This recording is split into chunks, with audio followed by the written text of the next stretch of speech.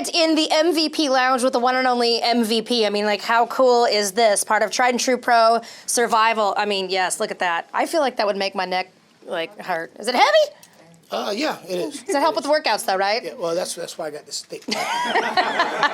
We are so excited to have you here to be a part of Tried and True Pro Survival. The first time here at Valor Hall in Oak Grove. It's been a very exciting evening. It's been amazing to hear you tell stories. You've got a great crowd in here of honest-to-God true fans that have followed your career. I guess one of my questions I want to know for you, because I've met you, I've talked with you a little bit today, and I don't see the guy that I kept reading in the bio about being compared to, like, T.O. Terrell Owens. Like, how arrogant and cocky you were, and, like, kind of making people hate you. I'm 46 now.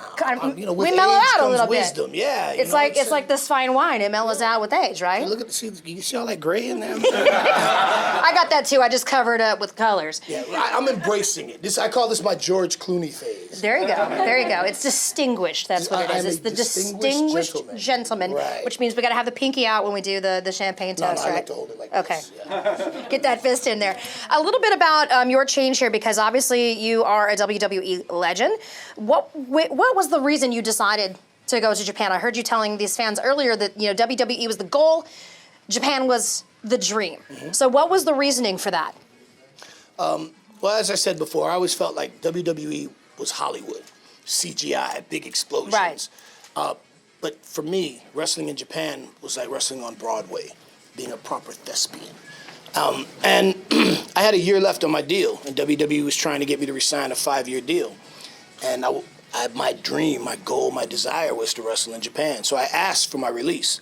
And shout out to Vince McMahon for being kind enough to grant me my release and allowing me to go accomplish that dream. I wrestled for New Japan for 2 years, and it was everything I dreamed it would be. It was absolutely phenomenal. And when my time was up, when I left, they said, hey, whenever you want, you can come back. Right. And I never made it back.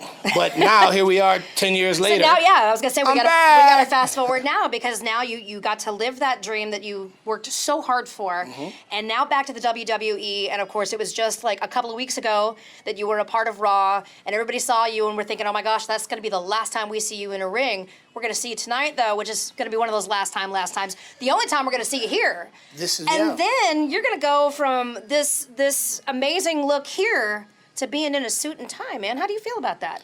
You're stepping up. Am I stepping up or am I stepping down? I don't know. I mean, you tell me. Some people would think, getting out of being beaten up all the time and moving up to the upper office and making those decisions and calling the shots would be a step up. But how do you feel about that? I'm ready. WWE actually offered me a producer position a few years ago, and I turned it down because I wasn't ready to retire. I'm ready now. I always said that I was going to retire when I was 45, and I might take a victory lap at 46. I'm 46. This is my victory lap. The deal that I worked out with WWE, they were kind enough to allow me to keep my commitments in 2020. So starting with them as a producer won't affect me finishing out my final independent dates. So at this point, I've got, I haven't actually counted it out yet, but I've got just over a dozen matches left in my career, and I'm ready. I'm ready to give up the spandex and put on the Armani and get back behind the scenes. That Armani looks good, though. That Armani looks good. Well, we are honored to have you here to be one of your last dozen or so matches. We couldn't be more thrilled to have you be a part of Tried and True Pro Survival. To everybody here that's part of the MVP experience, what do you say we drink a toast to the real MVP? Yeah. Here's to pro wrestling. Pro wrestling. Bad decisions with good friends. Yes. Cheers. Cheers.